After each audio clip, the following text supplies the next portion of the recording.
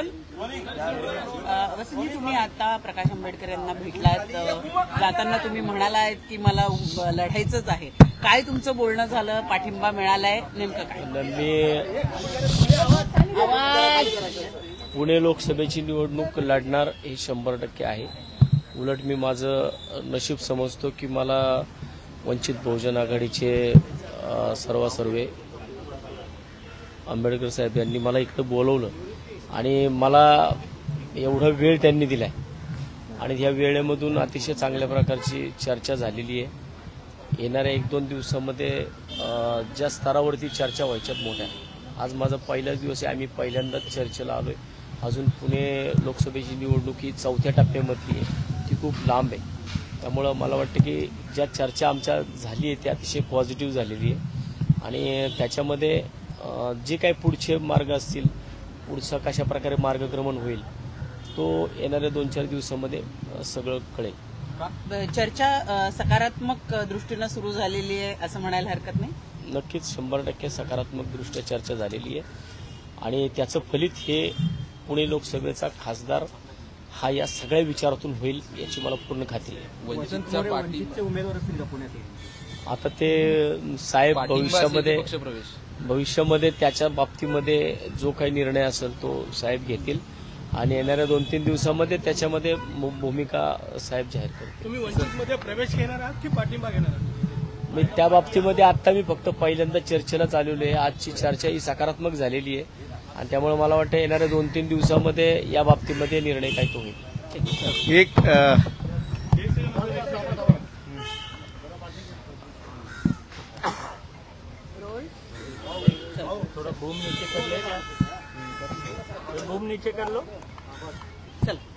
तात्या यांच्या बरोबरची असणारी चर्चा ही झालेली आहे. दुसरी असणारी जी महत्वाची चर्चा अजून व्हायची आहे आणि जे काही ऑफिशियली आपल्याला सांगायचं आहे, कळवायचं आहे ते 31 तारखेपर्यंत आपल्याला कळेल असं मी त्या ठिकाणी आपल्याला सांगतो. महाराष्ट्रातल्या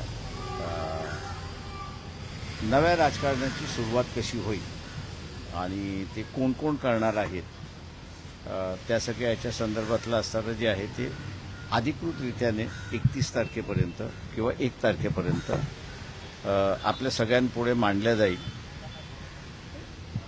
काही चर्चा मी असताना आता ओपन करू शकत नाही. याचं कारण असं आहे की ज्याला आपल्याला म्हणता येईल की घटना अजून घडतात आहेत, राजकीय स्तरावरती नाही पण सोशल स्तरावरती, गाव पातळीवरती आहे. त्याचा एक शेप माझ्या अंदाजाने यायला आम्ही जसं म्हटलं की अजून एक 2-3 दिवसाची वेळ आहे असं मी त्या ठिकाणी मानतोय आणि या 2-3 दिवसानंतर आपल्याला महाराष्ट्रामधलं काय काय समीकरण, कशा कशा पद्धतीचं समीकरण आहे हे आपल्या समोर येईल असं मी फक्त आपल्यासमोर सांगतो. आजची चर्चा ही त्यातलाच एक भाग होता असं तुम्ही समजायला हरकत नाही.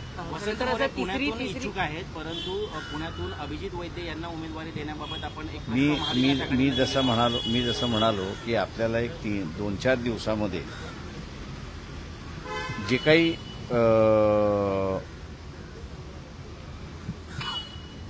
ग्रामीण शहरी पातळीवरती होत आहे त्याच्याबद्दल आज मी काही बोलणार नाही किंवा बोलू इच्छित नाही, परंतु एक 4-5 दिवसामध्ये निश्चितपणे आपल्यासमोर येईल एवढं मी आपल्याला सांगतो आणि ते आपल्या सगळ्यांचं असणारं उत्तर असतील असं मी त्या ठिकाणी मानतोय.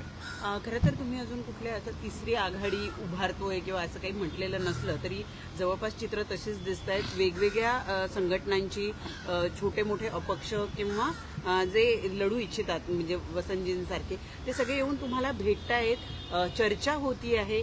कधीपर्यंत फायनल होणार आहे हे सगळं? ते मी आपल्याला जसं म्हणालो की बेसिकली हे 4 दिवसाची तुम्ही मला मुदत द्या, 4 दिवसामध्ये मी आपल्या सगळ्यांना सगळं सांगतो काय होतंय ते. प्रकाश अण्णा शेंडगे पण आज काही घोषणा करणारे उमेदवार ते जाहीर करतायत असंही कळतायत. त्यांच्या उमेदवारांना तुमचा पाठिंबा असणार आहे, चर्चा करून हे झालेलं आहे नेमकं? नाही, मी तुम्हाला जसं सांगितलं की 4 दिवसामध्ये काय परिस्थिती आहे आणि काय उद्भवतंय ते आपल्याला असणारं बिफोर सेकंड असं म्हणा की पूर्ण महाराष्ट्रातली परिस्थिती आपल्यासमोर येईल. आपली महाविकास आघाडी बरोबर चर्चा अजूनही सुरू आहे. तुम्हाला सगळ्यांनी आवाहन केलं म्हणजे जितेंद्र आव्हाड असेल, संजय राऊत असेल, सगळेजण वाट पाहत आहेत, तुम्हाला वारंवार आवाहन करतायत की ते तुम्ही म्हणून मी सोबत म्हटलं ना, राहा. जे काही आता मी करतोय ते 2 तारखेपर्यंत आपल्या सगळ्यांच्या समोर येईल असं मी त्या ठिकाणी मानतो. महाविकास आघाडीचा विचार अजून संपलेला नाही तुमच्या डोक्यात. चर्चा चालू मी आहे. म्हटलं 2 तारखेपर्यंत थांबा. थँक्यू. संजय राऊत म्हणतात की थँक्यू, जे थँक्यू. लोकशाहीच्या पाठीत थँक्यू. उपस्थित आहेत यांच्या विरोधात आम्हाला एकत्र थँक्यू, थँक्यू, थँक्यू. हिंदी में सर, हिंदी में बताइए। वसंत मोरे यहाँ पर पहुंचे हुए हैं, क्या आप लोग इन्हें उम्मीदवारी देने पर विचार कर रहे हैं? नहीं, देखिए ऐसा है कि उनके साथ में एक बातचीत हुई, पब्लिक मीडिया के सामने उन्होंने जाहिर किया था कि वो लोकसभा पुनः लड़ना चाहते हैं, लेकिन जो राजनीतिक बात मेरे ख्याल से अलग अलग स्तरों पर जो चली है उसको कहीं तो भी कंसोलिडेट करने की हम लोग की कोशिश चल रही है और शायद मेरे ख्याल से हम लोग उसमें सक्सेस हो गए, ऐसा मैं मान के चलता हूं. आज मैं उसके बारे में कुछ नहीं कह सकता, लेकिन 2 तारीख के पहले मैं कहूंगा कि उसका पूरा विवरण जो है वो आपके सामने आ जाएगा और उसी के साथ साथ कॉन्स्टिट्यूंसीज और कैंडिडेट और कौन से दल वहां पर लड़ रहे हैं उसकी भी जानकारी आपको दी जाएगी. क्या महाराष्ट्र में आप तीसरे फ्रंट के बारे में विचार कर रहे हैं? क्या मैंने जैसे कहा कि अभी कुछ नहीं कह रहा हूं मैं. 2 तारीख तक रुकिए, इतना मैं कहूंगा आपसे. महाविकास आघाड़ी से आपकी बातचीत जो है वो किस स्तर पर पहुंची है? क्योंकि वो थैंक यू. आभारी.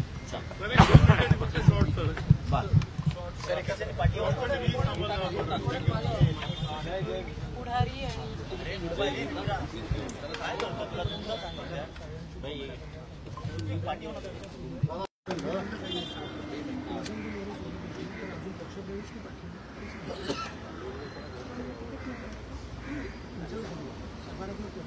Sir, thank you so much, sir.